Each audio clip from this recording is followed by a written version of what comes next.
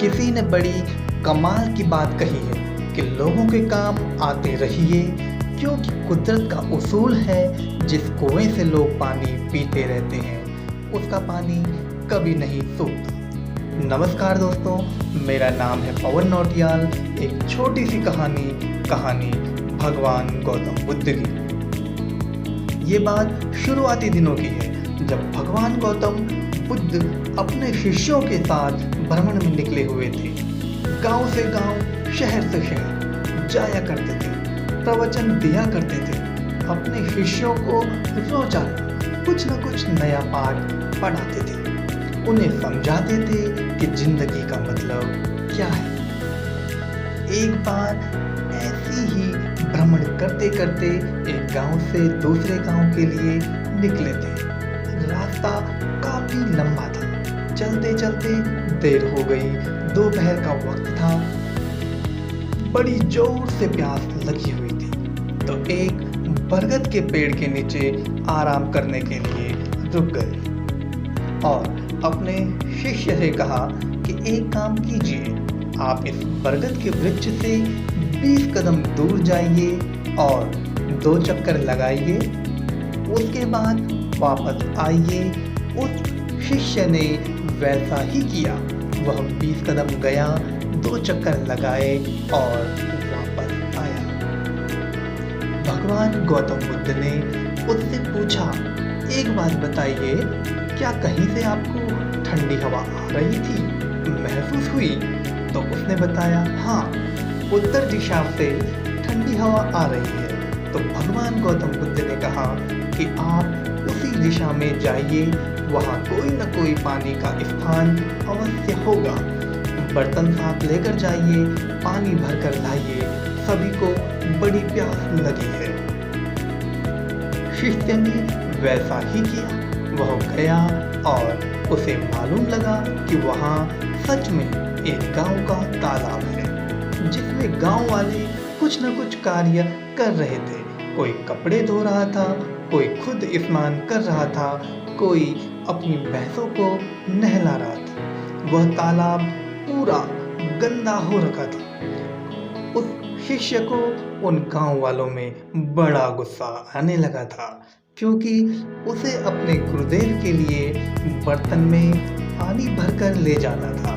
बहुत देर उसने सोचा, क्या करूं, क्या न करूं।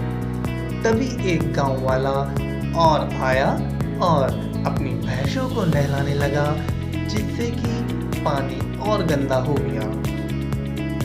उसको चाहकर भी वह कुछ न बोल सका, लेकिन मन ही मन उसे बहुत गुस्सा आया, लेकिन कुछ बोल नहीं सका, क्योंकि गुरुदेव ने सिखाया था कि शांत रहना है। वह शिष्य वहां से वापस आया जहां भगवान बुद्ध अपने शिष्यों के साथ बैठे हुए थे और आकर गुरुदेव से माफी मांगी कि मुझे माफ कर दीजिए, मैं आप लोगों के लिए पानी नहीं ला पाया। गुरुदेव ने पूछा, क्या बात हुई? तो उसने सब बता दिया कि वहाँ तो हाल बेहाल हो रखा है, पूरे तालाब का पानी गंदा कर रखा है। वो गंदा पानी आपके लिए कैसे लेकर के आता, आपको गंदा पानी कैसे पिलाता? भगवान गौतम बुद्ध ने कहा, शांत हो जाओ, यहीं हम थोड़ी देर रुकेंगे, उसके बाद आगे बढ़ेंगे। फिर 2-3 घंटे बाद भगवान बुद्ध ने उसी शिष्य को कहा कि अब फिर से उसी तालाब में जाइए और पानी भर के लाइए, तब पानी पिएंगे। उसे समझ नहीं आया कि अभी तो गया था, गुरुदेव को बताया था कि वहाँ पानी गंदा है, पर गुरुदेव ने दोबारा कह दिया कि वहाँ जाओ, तो वह शिष्य भी मना नहीं कर पाया और वापस गया।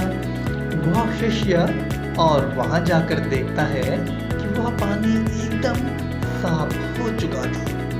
साफ पानी भरकर वह वापस आया और गुरुदेव को प्रणाम किया और पूछा कि गुरुदेव, मुझे ये बात बताइए कि वह पानी साफ कैसे हो गया?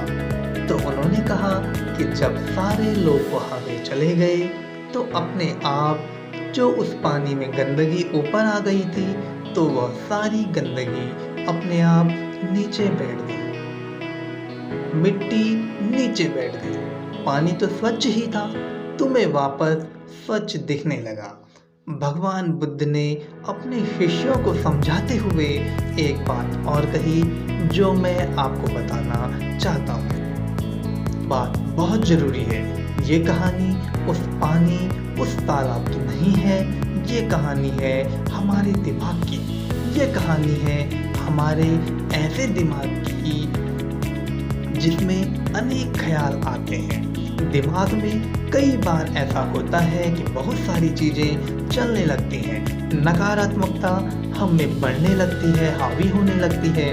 जैसे उस तालाब में गंदगी आ गई थी, उस शिष्य ने कुछ नहीं किया, सिर्फ कुछ वक्त दिया, फिर वह गंदगी अपने आप ही नीचे बैठ गई। वैसे ही दिमाग में जब नकारात्मकता बढ़ जाए तो कुछ नहीं करना है, आपको टाइम देना है।